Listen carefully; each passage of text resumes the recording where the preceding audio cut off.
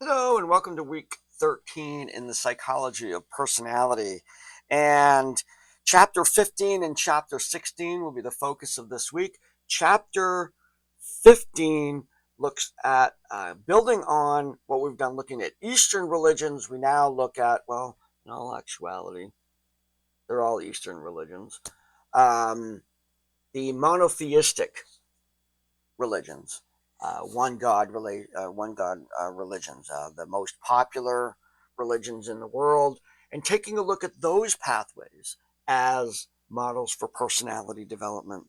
And we get introduced to this idea of religiosity, and I tell a little story of when I was at St. Thomas University, undergraduate psychology, doing my research project, the capstone research project. There was a fellow student of mine, a good friend, who was from Africa. The next chapter was from Africa, and he was studying the interrelationship between psychology and this new term. This 1987 came to me, religiosity, the degree to which somebody is religious or spiritual, or you know, however you want to conceptualize that. And what we've seen throughout the years of study of that, and what he saw in his actual research, is that high degrees of religiosity were associated with high degrees of well being in many, many different ways. Now, that has fluctuated, and certainly there are many case studies of the opposite, but the general notion is that a person who is an adherent and follows teachings related to wellness and goodness and treating other people and moral codes and whatnot, and does that in their own life, different different than the role that some people play in terms of proselytizing and convincing other people to be a part of that. That's a different role, and different faiths have different emphasis on that role. But in terms of individuals that have captured, incorporated religious thought, the teachings, the Ten Commandments, or the pillars of Islam, or the any one of those areas that talk about self-improvement and being a quote unquote good and healthy person in the world, those individuals have sustained statistics and being better off for that. And so we kind of take a look at that. Now, the degree to which somebody wants to pursue that sort of growth, that sort of pattern of personal growth, certainly individualistic and whatnot. The goal of this is not to get you all to start going to church. That's not the goal. But it does recognize the fact that individuals who pursue these ancient wisdoms do actually have a substantial psychological and health benefit from those, and the data uh, rings true on that. The kind of role that it plays, and I think in the context of this class, I like to think of this as um, it is the teachings. We look specifically at that, although there is the social organization of the church that holds people accountable in healthy or not healthy ways. But the teachings represent part of our looking glass self. They set, in essence, looking at Rogers' theory of the ideal self, they set the ideal self. In my personal upbringing, I was raised in the Catholic Church. I continue to be of a Christian faith. The character of Jesus, the historical character, the teachings of Jesus, the kind of person that he's portrayed to be in the literature and whatnot, becomes an ideal. In fact, it's pretty apparent. Do as I do, kind of thing. And it sets a really, really high bar, taking all the mess away from the negative components of the practice of Christianity in some areas. I take away the positive, and an incredibly vivid role model for how I wish to lead my life. And yearning for that, yet at the same time, within the same teachings, being told I'll never get there, creates an interesting personal growth dynamic of setting a goal, which is essentially an unachievable goal and trying to go for it anyway. That kind of, so there's this component of um, yearning for personal growth while at the same time understanding that there are limits to just how far I can go on that. And that actually kind of relates to the other class I'm teaching. We're in aging. We're talking about um, late adulthood now, and at that point in life, you look back on the things that have shaped your life and built the tapestry of your legacy and whatnot. And some of those things you might be ashamed of. You failed in ways, and what do you do with that? But how do you contend with the aspects of your life where you didn't quite live up to your ideal self?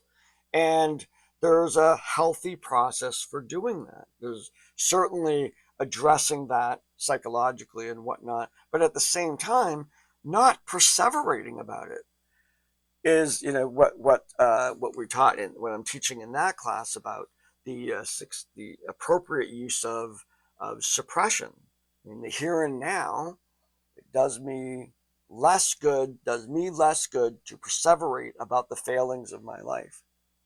So here we have a teaching, religious teaching, that talk about ideals, talk about how to live, give instructions on how to live a person's life, how a person would live their life, and that represents itself as part of our looking glass self. But it also represents the capacity for us to be able to accept ourselves as less than perfect. And so with that, the discussion for this chapter is to look at the components of this. This may be your this might be your faiths that are being represented in this chapter and all that, and you please feel free. You might be unfamiliar with them. Go take a look. What are the teachings of Muhammad? What are the teachings of Jesus? What are the Judaic teachings and all? And these are all connected.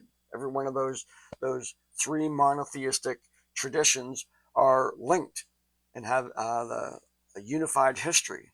And so looking at those things, if you wish to do that, and how does that represent for your own self an ideal? So and it kind of giving that notion to that philosophy has a chair on your committee, and that it represents for some people, it represents what Rogers reviewed as the ideal self to which we strive to be like. We then go into chapter 16, and if I was out of my element in the last couple chapters, I am certainly out of my element here. Looking at the African perspective of psychology. And again, within the sources that I've used to develop this class, they really are growing out of a need for the entire field of psychology to take responsibility for its long and storied history of being a white man's science. White man.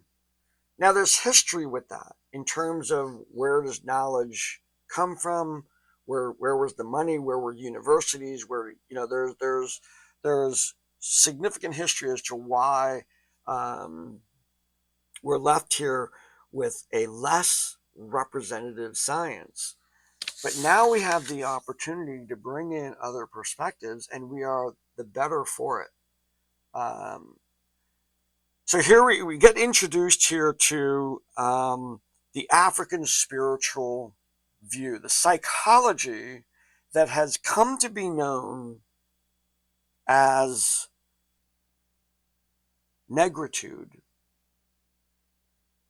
is a generalization. You got to think that Africa is not a country, it's a continent.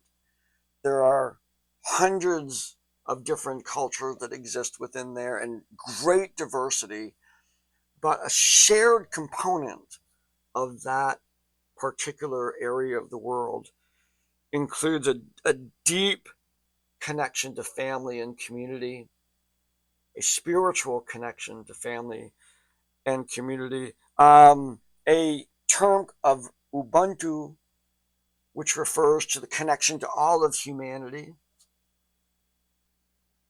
the set of African values that connects that spirituality to a connection to all of humanity. And the pathway back to that for Black people called negrescence. The journey back to the roots of Black life, African philosophies, African values, that is manifesting to us in the increased actions of Black people to honor that past, to honor their roots as far back as that can go, and the value of having that connection. And so we're seeing that from everything from Black Lives Matter to the movie Black Panther that I feature on the front, which it's the whole idea of Afrofuturism and the developing of superheroes and whatnot, and how we need those in our side, the myth making of superheroes, and how Marvel did that years ago, but there's like a new generation of this. And I have been here, old white guy raised in the whitest part of the United States up in northern Maine, and over the years I've developed purposeful exposure and deep appreciation of Black culture, musically specifically, getting into jazz, soul, and blues music, and the depth of fun and spirituality and whatnot, just as an onlooker, and encouraging myself into that population as much as possible. It's really cool stuff. But for people of color, for Black people, this is a significant transformation. It's something that's for many people is ongoing and happening, and this is cool. Now, what can we take away from that? I mean, certainly if you're Black, and I think with my experience with my Presque Isle classes, I actually teaching personality through the University of Presque Isle. I have a wide international population of students taking that, and many of the individuals who are Black within that class, through specific assignments that ask for this, really have expressed a notion of looking at their own Black history and finding deep meaning and value associated with that and their role today as a person with that history. And it makes me think about, well, what does that mean to me as a French, Canadian, Irish person?